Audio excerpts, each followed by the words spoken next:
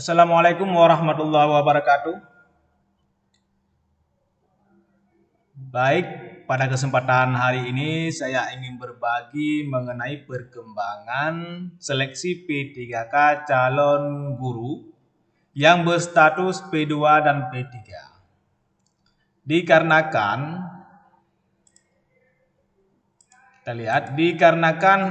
hari ini tanggal 3 Desember.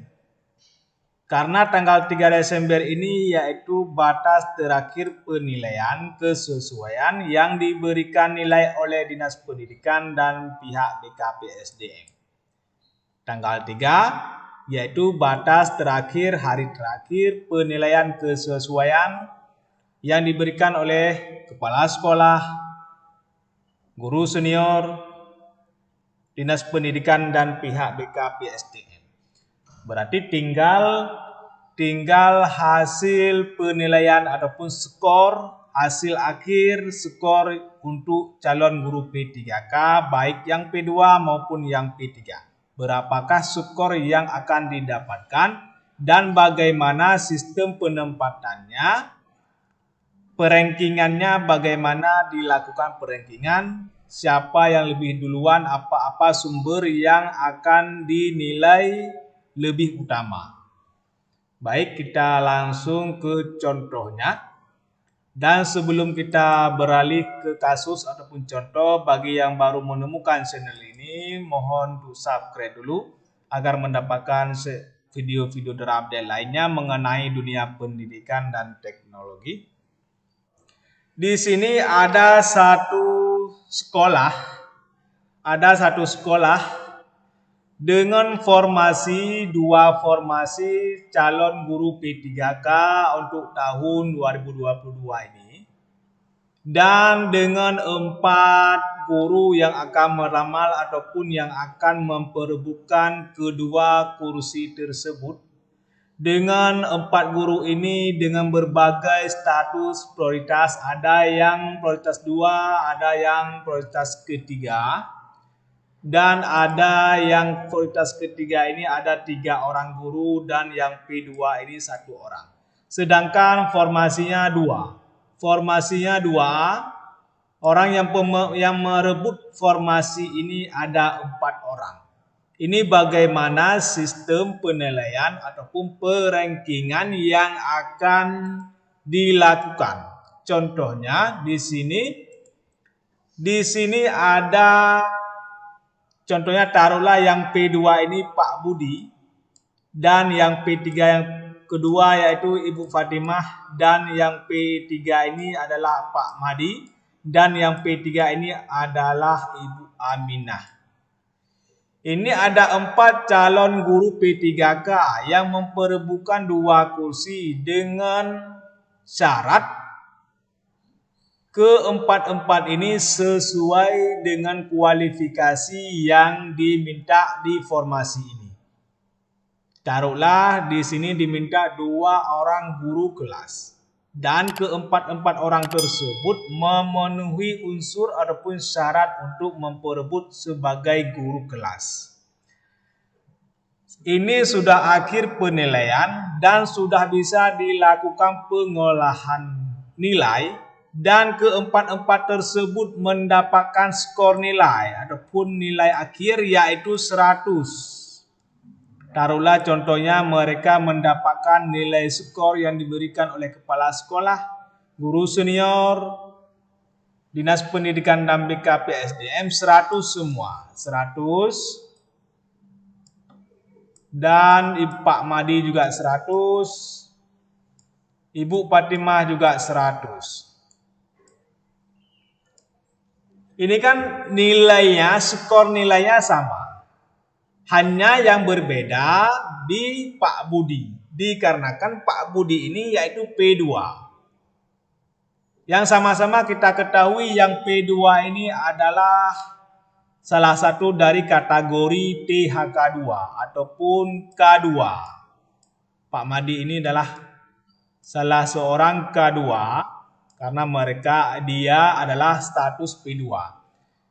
Berarti dalam sistem penempatan ataupun memperebutkan formasi, yaitu lebih diutamakan dulu yang kedua ini. Yang kedua.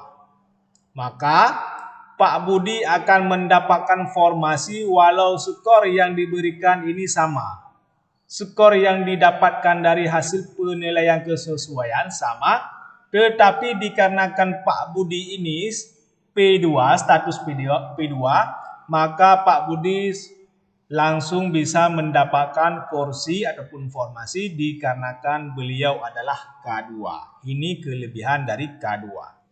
Dan tinggal 3 calon lagi ataupun tinggal 3 peserta lagi untuk memperebutkan tinggal 1 kursi ataupun tinggal 1 formasi lagi untuk 3 orang. Nah, ketiga-tiga orang ini dengan status yang sama yaitu P2, P3 dengan status yang sama P3, nilai skor akhirnya pun sama.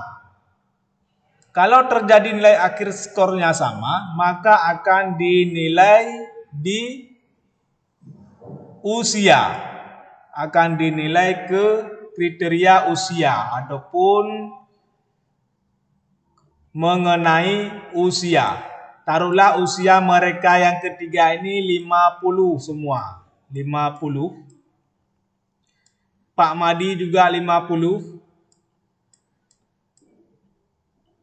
Ibu Aminah juga 50. Ini contohnya. Contohnya, kalau misalnya umurnya ataupun usianya juga mereka sama 50, persis sama 50. Tetapi jikalau di usianya berbeda, taruhlah yang Ibu Fatimah ini 50, Pak Madi dan Ibu Aminah 40. Ya, yang berarti skor ataupun perankingan yang didahulukan untuk memperebut kursi ini adalah yang Ibu Fatimah, karena ini usianya melebihi ataupun lebih tua dari Pak Madi dan Ibu Aminah. Tetapi kalau ini terjadi sama lagi, skornya sama, usianya sama, maka akan ditinjau yaitu masa kerja. Kalau ini kedua-dua unsur ini sama, maka akan ditinjau masa kerja. Taruhlah Ibu Fatimah masa kerjanya 7 tahun. 7 tahun. Pak Madi 6,5 tahun. 6,5 tahun. Dan Ibu Aminah adalah 6 tahun. Nah, berarti di dalam penilaian ini, jikalau terjadi hal yang sama, skornya sama, usianya sama, maka akan ditinjau di masa kerja. Maka masa kerja yang lebih banyak masa kerja itulah yang berhak untuk mendapatkan formasi di sekolah tersebut. Beginilah cara sistem perankingan untuk pengisian formasi calon P3K guru dengan status P2 dan P3. Ini kita bahas yang status P2 dan P3.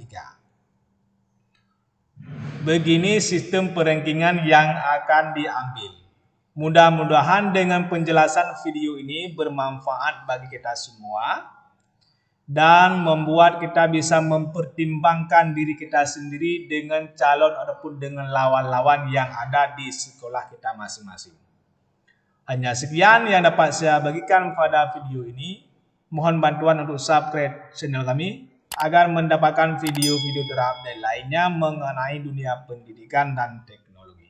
Dan jangan lupa juga di komen di bawah ini kalau memang ada hal yang perlu ditanyakan ataupun ada yang kurang jelas agar sama-sama kita perbaiki. Jangan lupa juga di-share kepada kawan-kawan yang lain. Semoga video ini bermanfaat bagi kita semua. Terima kasih telah mendengarkan. Assalamualaikum warahmatullahi wabarakatuh.